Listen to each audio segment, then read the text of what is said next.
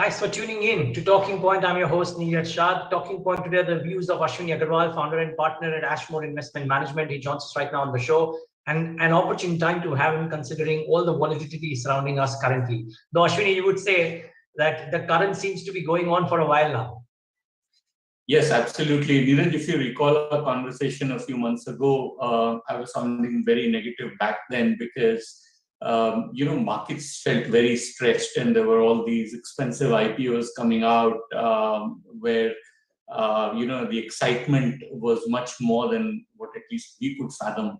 And typically those kind of events need to be absorbed via a sell-off, and that's exactly what's happened. And of course, back then nobody could predict what would happen in Europe and the consequent, the volatility that we've seen in oil or in metal prices, etc. But obviously, the volatility is here to stay, and life is interesting, to say the least. To say the least, yes, indeed. Actually, may I ask? I mean, just trying to understand, does the nature of volatility in commodities, and always the reasons are different, but this time around they seem even more pronounced.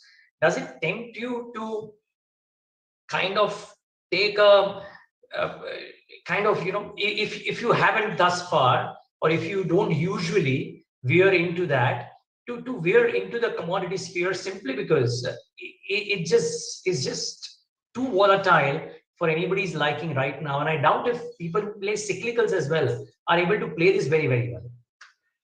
So Neeraj, you're right in the sense that this time around the narrative appears to be a lot more compelling, and it appears to be a longer cycle because over the last decade or so, not much investment has gone into setting up new capacities in various materials, thanks to ESG, thanks to oversupply that was created during the boom years of 2003 to 2008.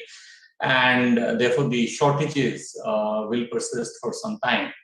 Having said this, the shortages are also getting exacerbated by supply chain bottlenecks, which is a rub-off from the pandemic in some sense, the congestion at ports, the non-availability of shipping capacity, and of course coal and iron ore mines not operating at their peak capacity. So the point that I'm trying to make is that yes, while volatility has heightened and it seems like this is here to stay for some time, I would also think about the fact that a lot of what you're seeing today is also a kind of a hangover from disruptions caused by COVID, and they should get fixed over the next 3 to 9 months.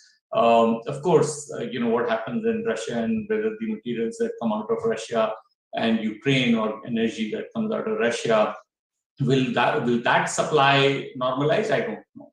I mean, that's anybody's guess. But of that area, I'm hoping that we will see more normalization as we go ahead. Second thing is that the world is tightening. US Fed is tightening, while in India we've not spoken about tightening, and the RBI governor has been at pains to explain as to why he's not tightening and why he would like to see an enduring recovery in place prior to tightening. My sense is that if inflation continues to do what it's doing, and I think there is good reason to believe that's the case, you will see tighter liquidity conditions, which will have a softening impact on demand. So as the year progresses, at least I feel that supply will increase, some moderation in demand will take place. So yeah, I mean, am I tempted to look at metals? Yes, but the other thing that we've also learned is that, if you build a certain discipline for yourself, it's best to stick to it, especially at the extremes, because, the risk of capitulating at the wrong moment leaves you with nothing but burn. Yeah, actually, I'll just slip in a quick, slightly macro question before I get into the minutiae as well, Ashwini. Considering the nature of events in front of us, which is a tightening cycle with seemingly a fairly long tail. This year, more than 1 year is long any which ways. So seemingly long tail, the disruptions caused by both COVID even in the current shape and form, as well as the war. And the valuations that we are trading at. We may no longer be 18,500 for the Nifty, but we're still about 17,250. That's just about 1,000 odd points. Are you tempted to exercise more caution, or do you believe some of the excesses which were there have now been taken care of, particularly in the non-Nifty 100 space, and you might be tempted to deploy? A very interesting question, and we've been grappling with this ourselves. So now, if you look at the Nifty, for example, which you rightly point out, has corrected whatever 6-7% from the top, not much. But if you take the full correction that happened towards the late part of February, early March, we did see about a 14-15% correction at one point. If you look at the Nifty earnings, you will find that about 50-60% of the earnings are not at a large risk, at least as of now. Okay, so that includes the entire banking space, that includes IT services and all the materials companies, and so on and so forth. That includes, the refiners and petrochemicals and so on. The part where earnings are probably going to get downgraded are the consumer-facing sectors, or which are the users of various materials and consumers of energy. So which is probably 30-40% of the basket. And I think, if you balance out who gains and who loses, Nifty earnings downgrades are going to be modest. That's what it appears as of now. So, looking at Nifty for cues on the broader market will be a mistake. Okay. I think the more interesting question, which you paraphrase very correctly, is that outside the Nifty, are there opportunities? And there, there are a lot of stocks. I mean, I ran this screen a couple of days ago, and I was surprised to see how many stocks are actually down 40% from 52-week highs. So yes, earnings environment beyond the top market cap companies is going to be very challenging as the year goes on, but the prices have also corrected. Okay, so again, it's a bottom-up kind of an environment where you will be paid to look for details and look for ideas and stories. And there may be a lot of situations where the correction already prices in a fairly difficult environment.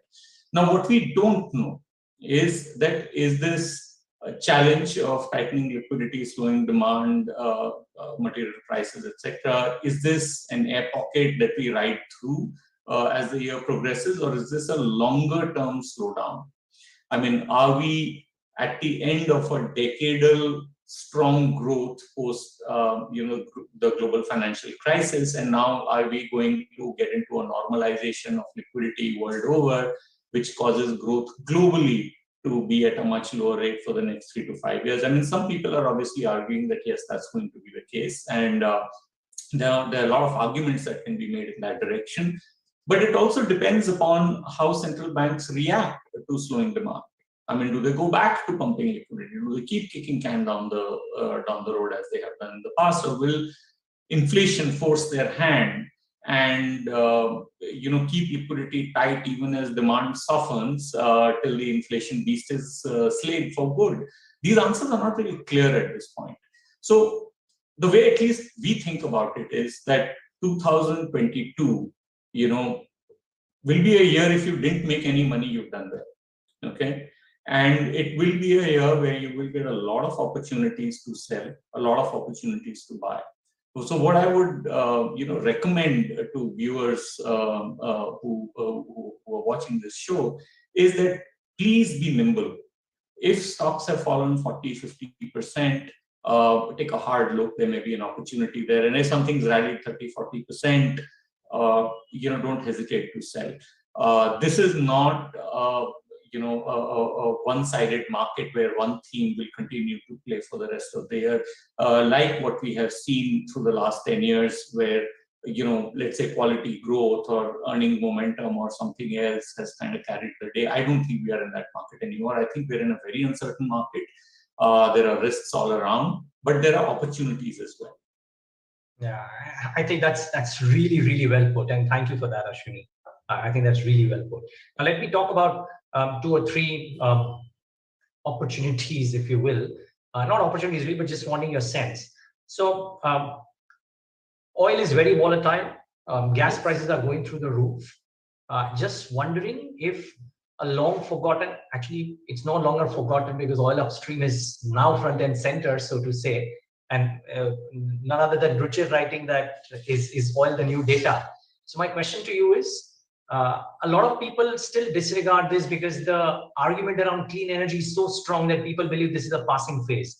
But markets are a slave to earnings, right? Stocks will be slaves to earnings, and these earnings might look okay if the production numbers, etc., move up.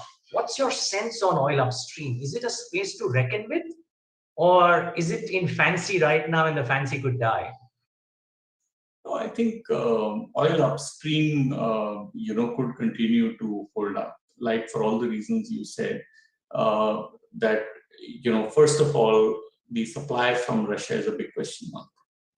Okay, even if the war were to end, I can't see how the Western world that has imposed sanctions is going to lift those sanctions easily. Because there is a lot of damage to personal property and human life that has been caused due to the war. And it will be very difficult for things to go back to pre-war in terms of energy trading with Russia. Okay, so that supply is an issue. And while there is some surplus capacity with other OPEC members and beyond the OPEC as well, a lot of it may not be able to come back as quickly as one had thought. So I think oil will remain strong. I think that at least is a base case that we are working with at this point, and which is the reason why inflation is a problem. Because energy is ubiquitous, right? It goes into manufacturing, it's consumption, it's, people put gas in their cars and so on and so forth. So it's going to hurt everyone. And I think upstream, therefore, does become a place to look at. I think the only challenge that some of us institutional investors face is the ESG angle to upstream energy. It's dirty, at times, very damaging to the environment and so on and so forth. And I think, just to put it slightly differently, I mean, the way we think about it is that, yes, there's an opportunity there, but can we make that lack of opportunity elsewhere? I mean, are there other opportunities that we can look at?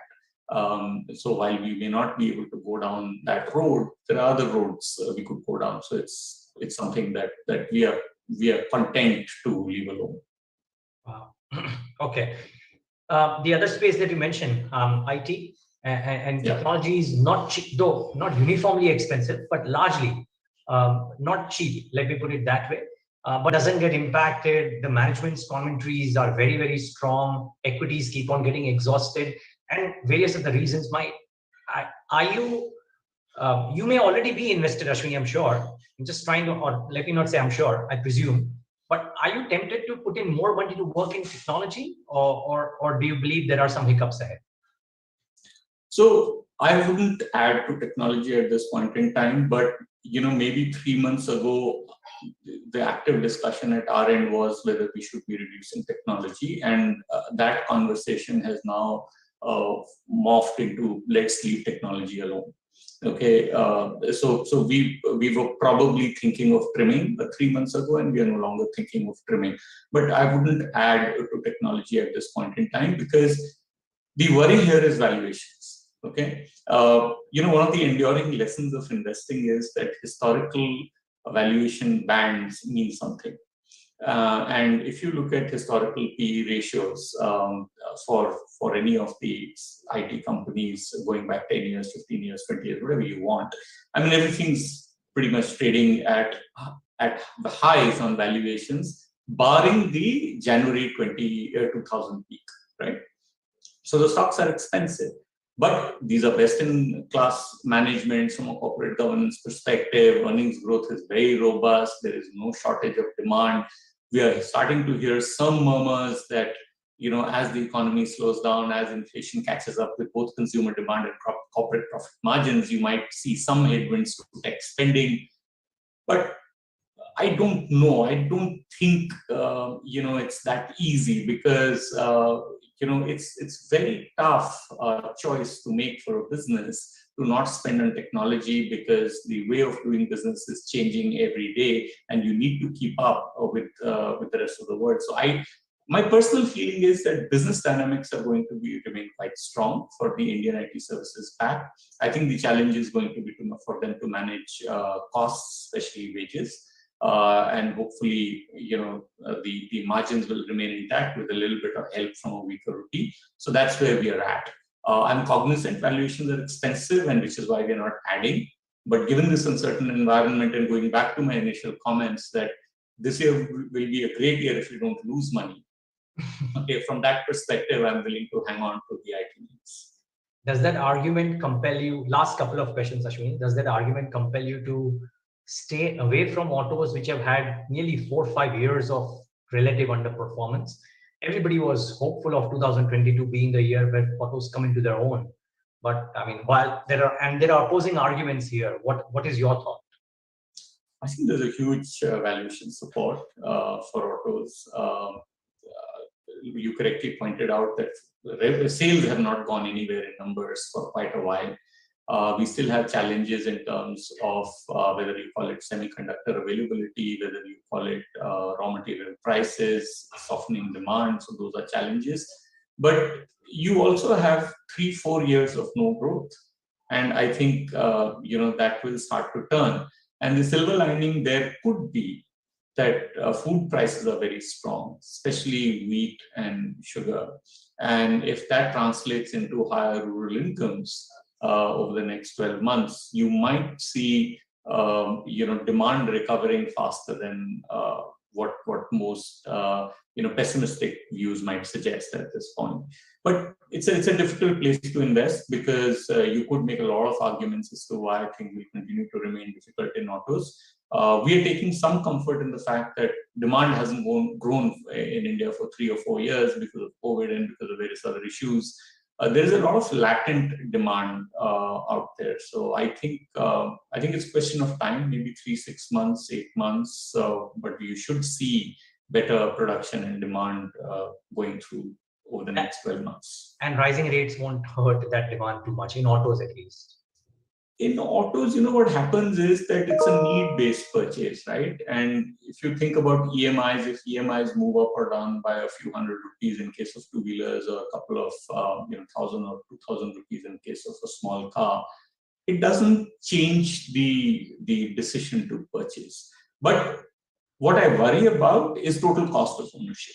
So, including the price of gas and diesel, and that to me is not such a clear answer as to how will the buyer react when the total cost of ownership is going up. So not just the cost of purchase, but the cost of running it. Okay, and when you're faced with inflation on every other item in your consumption basket, so how does the buyer react? It's unclear. So which is why I'm saying that you could make a lot of compelling arguments as to why you should stay away from autos. We are taking solace in the fact that demand hasn't grown on supply bottlenecks. Artificial supply bottlenecks have held back supply for the last 2 years, and before that, there were changes in emission norms and so on and so forth. So there were a whole bunch of things that come together for the autos. So we are hoping that over the next 6 to 9 months, you'll start to see some silver linings come through. But it's a very difficult call. Okay. My final question before we let you go, and I've asked this to almost every guest who's come about an offbeat idea or an offbeat theme that they have bet on, and it need not be an outsized portion of your portfolio. But somebody told me that on a fairly large AUM, media is the largest overweight sector. Somebody is talking about ethanol, as small cap as the theme is. They are betting really big out there. Is there something really offbeat? It may be small, it may be not in the fancy right now, but a bet that you've taken? Theme? So what we are really looking at, manufacturing excellence and export from India as a continuing theme.